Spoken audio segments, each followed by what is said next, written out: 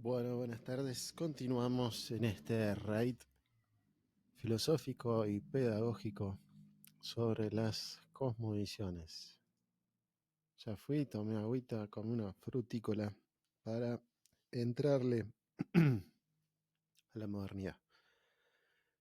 Quizás nos lleve algunos minutillos más, porque bueno, es densa y es un núcleo sobre el cual vamos a pararnos, vamos a volver, lo vamos a criticar, vamos a ir, venir. Siempre la modernidad es ahí como un núcleo duro al cual siempre vamos a estar haciendo referencia. Bueno, primeramente, como característica de esta cosmovisión es que es antropocéntrica. Antropos significa hombre. Y acá volvemos, ¿no es cierto?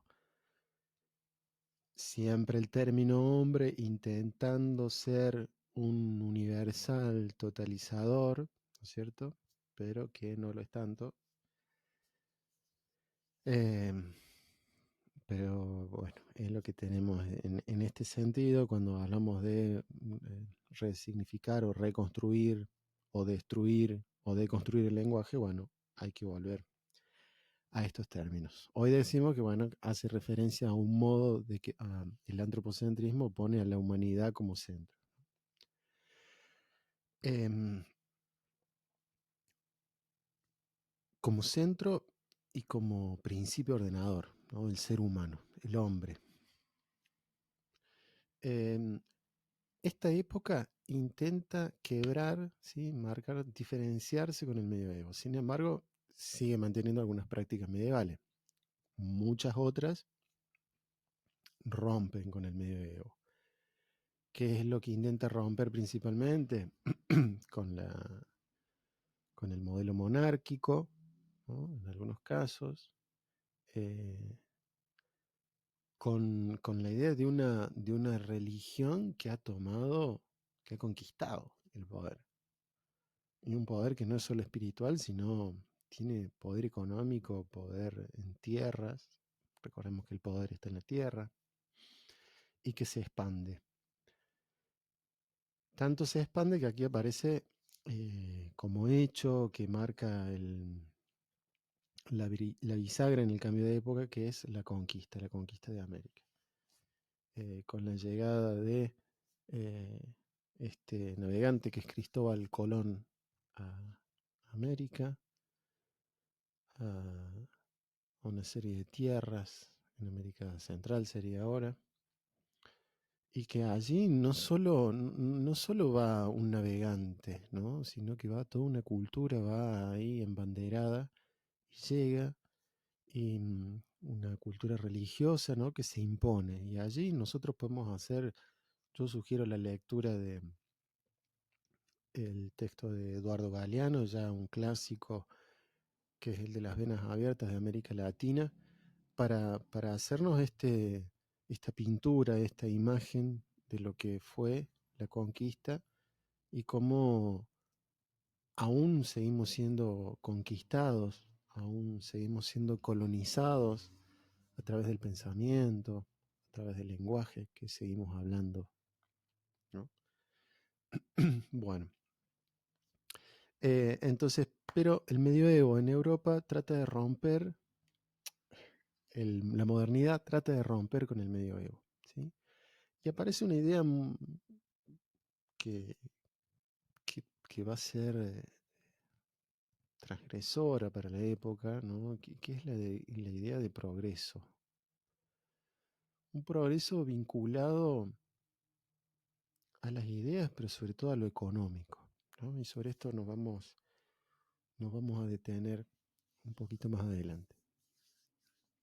Para la filosofía, el modelo que está subyacente, da pie y de alguna forma se lo llama el padre de la modernidad, es esta denominación se la da a Descartes, ¿no?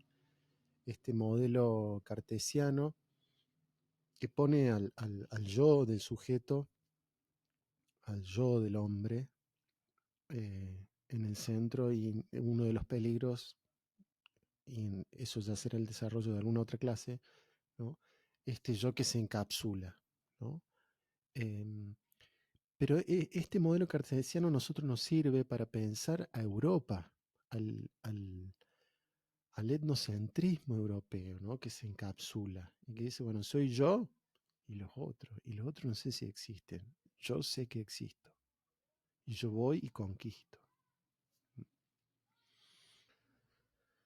Podemos sugerir también, hay un material de filosofía aquí y ahora, uno de los capítulos que trata sobre la conquista o sobre Descartes puntualmente, y me parece que es acertado buscarlo, revisarlo para comprender esto. Bueno, el ser humano se transforma en el principio ordenador de la realidad, ¿sí?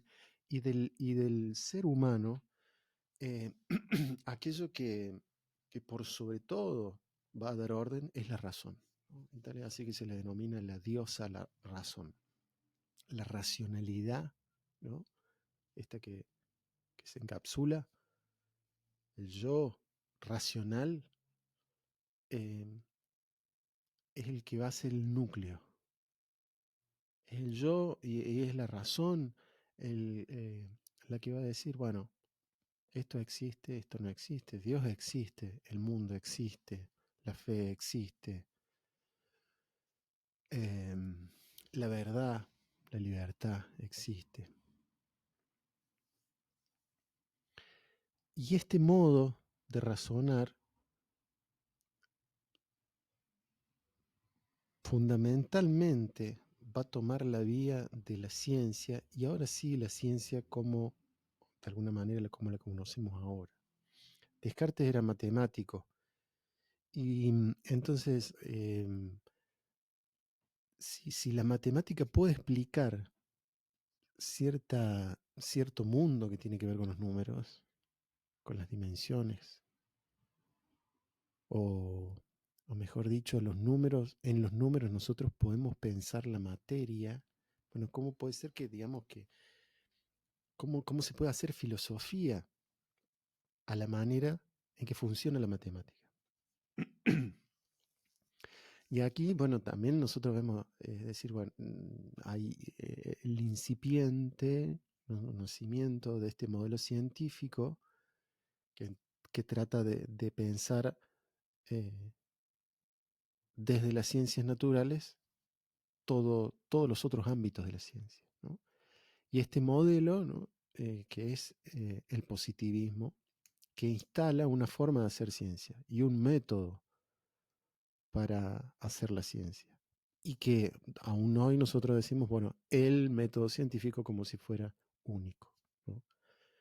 El que, bueno, parte de la observación, se plantea preguntas, eh, necesidades, problemas, plantea una hipótesis, resuelve la hipótesis, ¿no?, la confirma o, o la opone, y después determina una ley que trata de implantarse como universal, o sea, para todo un universo. Bueno, entonces aquí se abre una puerta que yo creo que ha quedado abierta hasta nuestros días. Pensemos en nuestras trayectorias escolares, donde decimos, bueno, están las ciencias duras, las ciencias exactas, exactas, eh, que son ciencias que se paran desde este tipo de racionalidad. Fundamental tanto para lo político, digamos, para la filosofía política, como también para el nacimiento de la escuela, es la noción de Estado y la de Estado-nación, ¿no? El Estado como una institución, como un instituto que abarca otras instituciones, una organización política que tiene ciertas características y que, si bien antes existían estados, pero no tenían esta dimensión o esta profundización de sus dimensiones. Y entonces, para pensar esta idea de Estado, nosotros vamos a tomar tres autores que ustedes pueden googlearlos, y quizás a través de las consultas podemos orientar lecturas y búsquedas de cada uno de ellos, ¿no? Que son Hobbes, Thomas Hobbes, John Locke y Jean-Jacques Rousseau. Son pensadores, algunos de ellos, ¿no? Más o menos modernos. Luego ustedes busquen, ubíquenlos. Yo también dejo una guía aparte de una orientación para leer autores, para buscar autores, así que hagan uso de ello. Bueno, estos son algunos de los autores que dan fundamento ideológico, político, filosófico para pensar el Estado, y este es una nueva idea de Estado y nación. Pensemos que los estados se empiezan a construir en base a territorios y habitantes que eran parte de otras naciones. Pensemos en nuestro Estado argentino. Y como en base a ello, bueno, se borraron unas naciones para instaurar una nación o una idea de nación. Bueno, el Estado, con sus características, lo que busca es formar al ciudadano, y allí aparece la escuela, ¿no? Como el lugar donde va sí, la institución, dentro de esta gran institución que es el Estado, la encargada de formar al ciudadano, de disciplinarlo, de, de homogeneizarlo, y para esto crea un sistema educativo. Sistema educativo que a algunas cosas tiene reminiscencias al modelo anterior del medioevo, ¿no? Pensemos que la Ratio Studiorum, este plan o razón de los estudios de los jesuitas, bueno, es un, un modelo que, que va a marcar profundamente a los sistemas. Pero bueno, recapitulando, entonces el Estado como un gran constructo, una gran estructura institucional que contiene otras instituciones y donde necesita de una institución que es la escuela específicamente para formar al ciudadano, para que este ciudadano sepa, bueno, cuáles son los elementos del Estado, sus identidades, su identidad o sus em, signos, ¿no? Signos y símbolos que forman a la identidad, que conozcan las leyes, cómo debe obrar civilizadamente. Volvamos a la idea de civilización. Y en la modernidad, si bien la idea de capital y del capitalismo se desarrolla y se critica fuertemente en la época posterior a la modernidad, pero aquí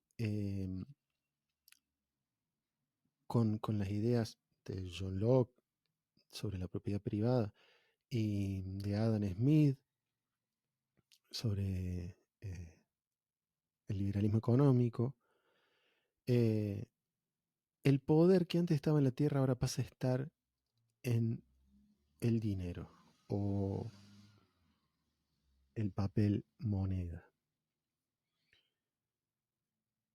Por supuesto que estamos hablando aquí de casi 300 años, ¿no?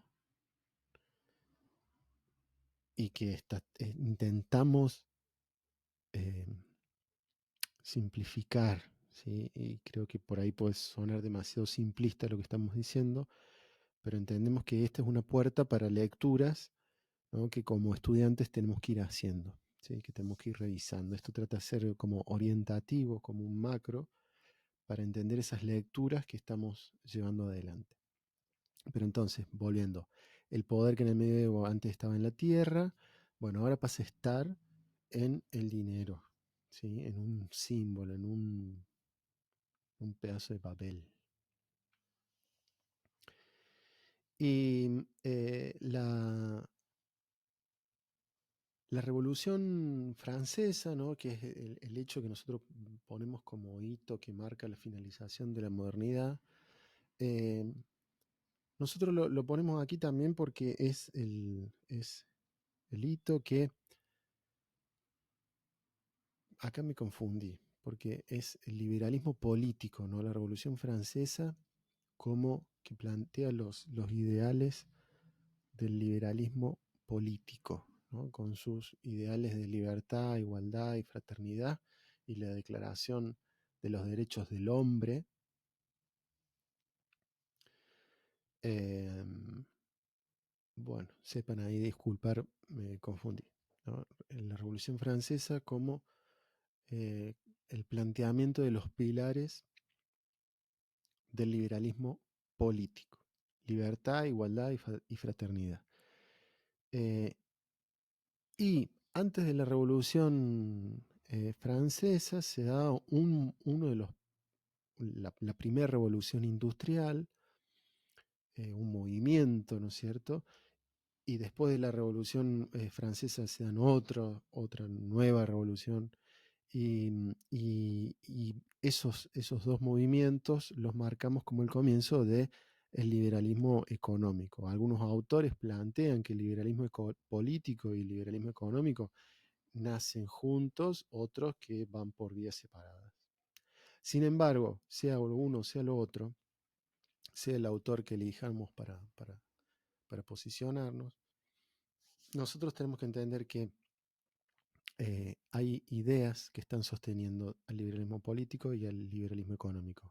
Y que esas ideas llegaron también para quedarse en la construcción de los estados americanos, ¿no? Pensemos en los movimientos de la independencia, ¿no? Y en nuestros próceres, cómo traían estas ideas revolucionarias de Europa.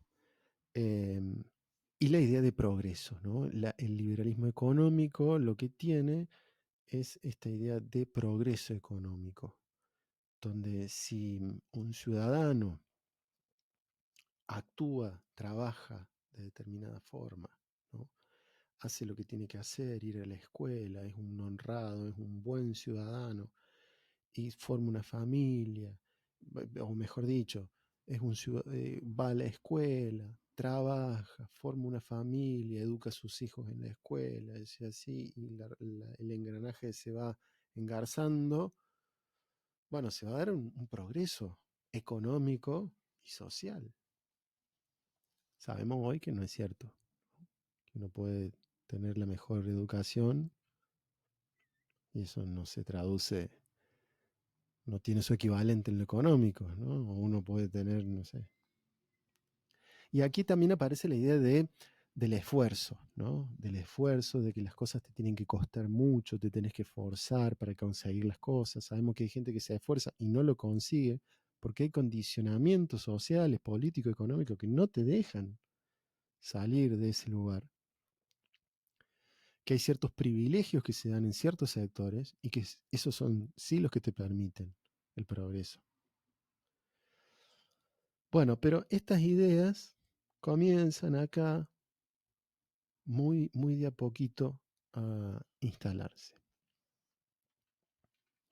Graficamos este momento, esta época, esta cosmovisión antropocéntrica, ¿no? Con la figura de un hombre. Y para agregarle más, ¿no? La razón del hombre. ¿Sí?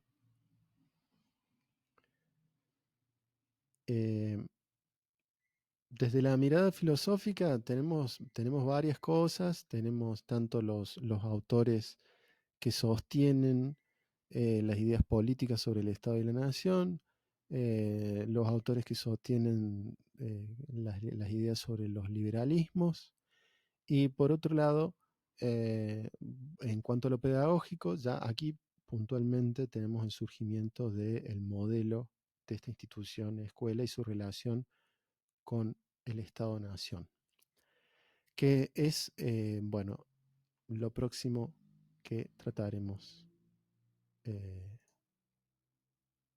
en el video. Bueno, nos vemos.